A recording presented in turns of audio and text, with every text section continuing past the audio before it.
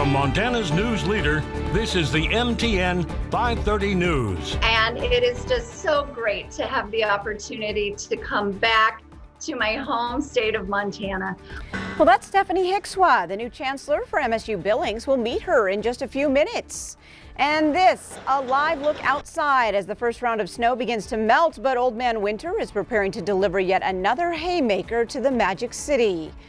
And COVID-19 claiming more lives as the total case count surpasses 5,000 across Yellowstone County.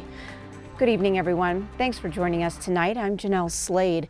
Well, tonight, 9 more COVID-19 related deaths to report, along with another 700 new cases across Montana. 4 of those deaths are reported in Yellowstone County, where the death toll has now reached 81. The state total now 273. Well, Yellowstone County seems to break COVID records each day across Montana. That includes today, as the county surpasses the 5,000 case mark.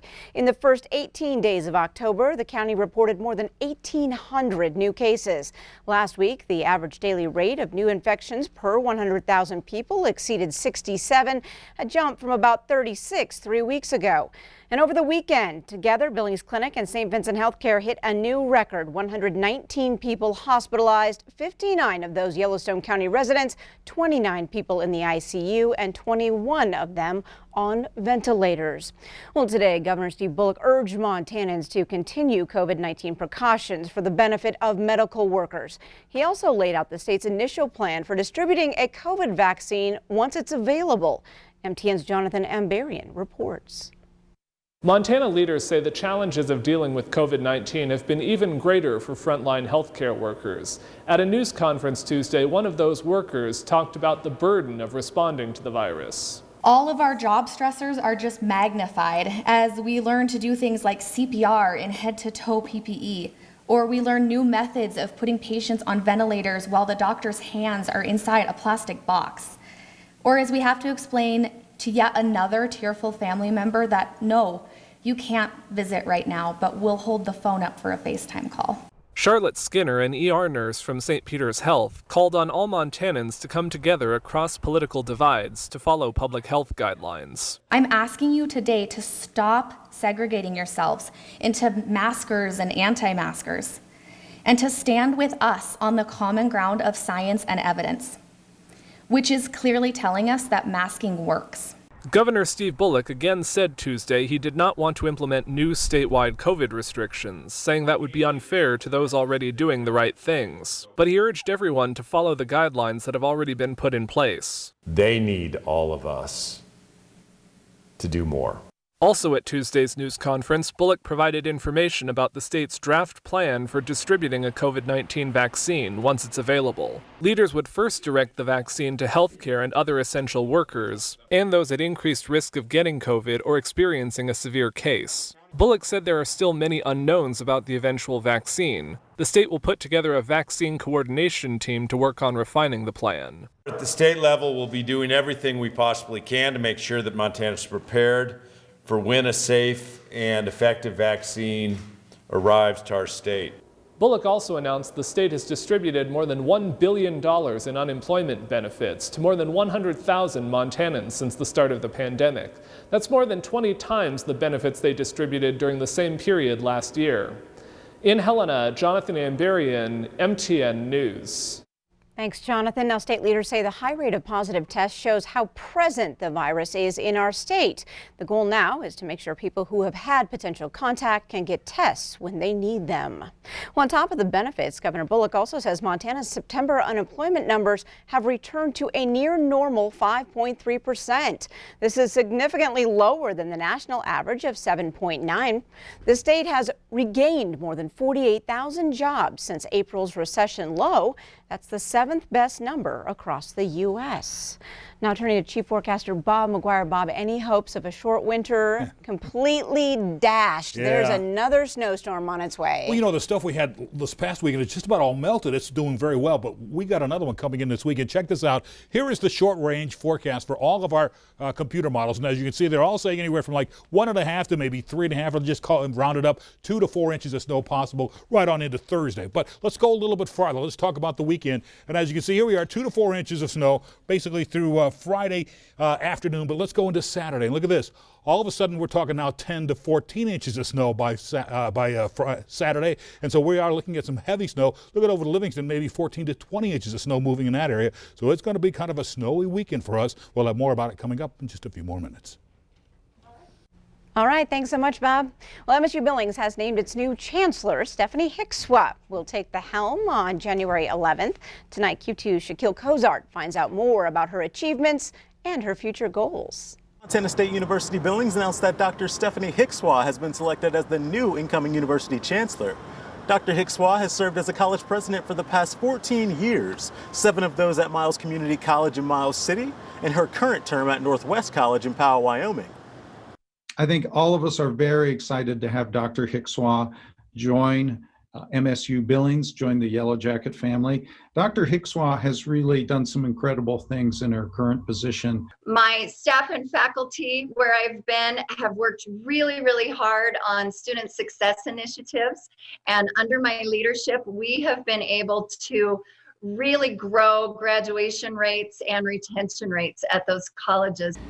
Dr. Hickswa said she is excited to have the opportunity to lead the university in partnership with Montana State University President Wooded Cruzado and the Montana University system. I was inspired by the high quality faculty and staff and looking at the potential of what they can do because they believe in students so much. Now, Dr. Hickswa's role as chancellor marks a very important time in the university's history. She will be the first woman appointed chancellor since they were founded in 1927. Be the first woman president at MSUB is certainly an honor. I think that the position at this time in its history fits my leadership style and experience very well. And so it's an honor to be selected. In Billings, Jeanelle Slade, MTN News. Well, congratulations and welcome. Well, Dr. Hickswa says she plans to invest in the long term as chancellor for MSUB and wants to give back to the university, community, and state of Montana. For more information about her, head to KTVQ.com. Well, just 2 weeks from Election Day, nearly half of the ballots mailed out across Yellowstone County are back in the hands of election officials.